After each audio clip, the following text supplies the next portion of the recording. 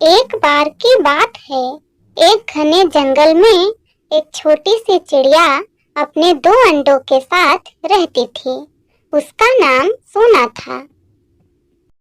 सोना बहुत मेहनती और समझदार चिड़िया थी। उसकी एक सहेली थी जिसका नाम लाडो था। लाडो अक्सर सोना के साथ भोजन की तलाश में उसके साथ जाया करती थी। एक दिन जब सोना भोजन की तलाश में निकली तो लाडो भी उसके साथ आ गई। फिर लाडो ने सोना से पूछा, सोना, क्या तुमने उस क्रूर पक्षी के बारे में सुना है? कल उसने कबूतर के बच्चों को अपना खाना बना लिया। सभी कबूतर के लिए दुखी हैं। सारे पक्षी अपने अपने बच्चों को लेकर बहुत डरे हुए हैं। फिर सोना ने कहा, हाँ हाँ लाडो बहन, मैंने भी सुना है कि उसने कबूतर के दो बच्चों को अपना भोजन बना लिया। अगर वो समय से न आती तो वो दुष्ट उसके तीसरे बच्चे को भी खा जाता। लाडो ने आगे बताया, देखो सोना, मैं तुम्हें डरा नहीं रही हूँ, बल्कि बहुत भारी मन से बता रही हूँ कि उस पक्षी की निगाह अब तुम्हारे घर पर है। मैंने उस दुष्ट पक्षी को आज तुम्हारे घर के ऊपर घूमते हुए देखा है। तुम्हें अब सावधानी से रहना होगा। सोना लाडो की बात सुनकर डर गई। घर पहुंचने पर उसने अपने अंडों को देखा। वह जानती थी कि उसके बच्चे अब खतरे में हैं। सोना उस दुष्ट शिकारी पक्षी को सबक सिखाना चाहती थी। सुबह होते ही सोना ने अपने मित्र लाडो से मदद मांगी। सोना ने लाडो से कहा, लाडो बहन, हमें उस अत्याचारी पक्षी को यहाँ से भगाना ही होगा, वरना वो हम सब के बच्चे को बारी बारी से खा जाएगा।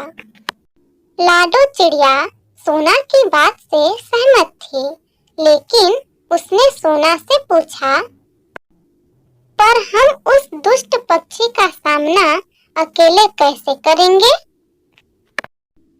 फिर सोना ने अपना प्लान लाडो को विस्तार से समझाया। अगले दिन सोना ने अपने अंडों को लाडो के घर पर छोड़ दिया। फिर दोनों दूसरे पक्षियों से मदद मांगने के लिए निकल गए। उस दुष्ट पक्षी को बेवकूफ बनाने के लिए सोना ने अन्य पक्षियों की मदद से मिलकर जानबूझकर दूसरे पेड़ पर एक घोंसला बनाया, जो घोंसला उसके असली घर की तरह दिखाई देता था। फिर उसने घोंसले के अंदर सफेद पत्थर, कीड़े और टहनियों को रख दिया।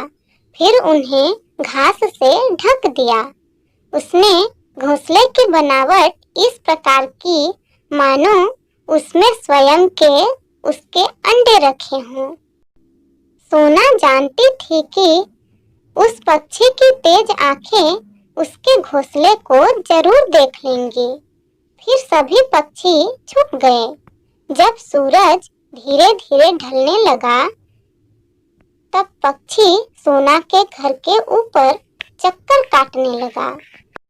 फिर वह पक्षी उसके अंडों को अकेला समझकर जैसे ही उसने हमला किया तो उसकी चोंच पत्थर से टकरा गई।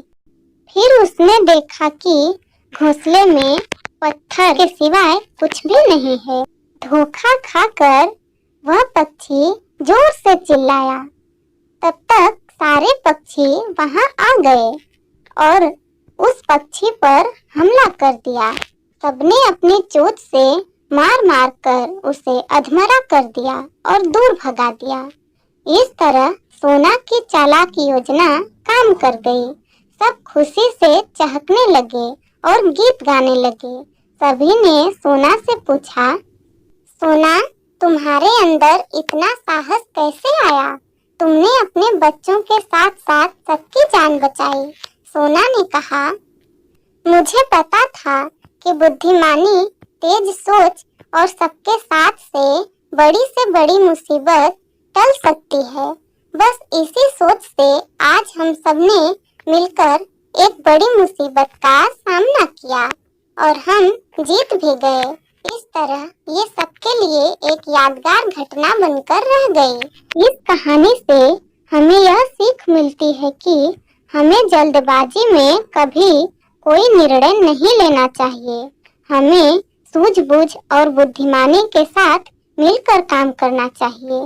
एक साथ मिलकर हम बड़ी से बड़ी मुसीबत का सामना कर सकते हैं।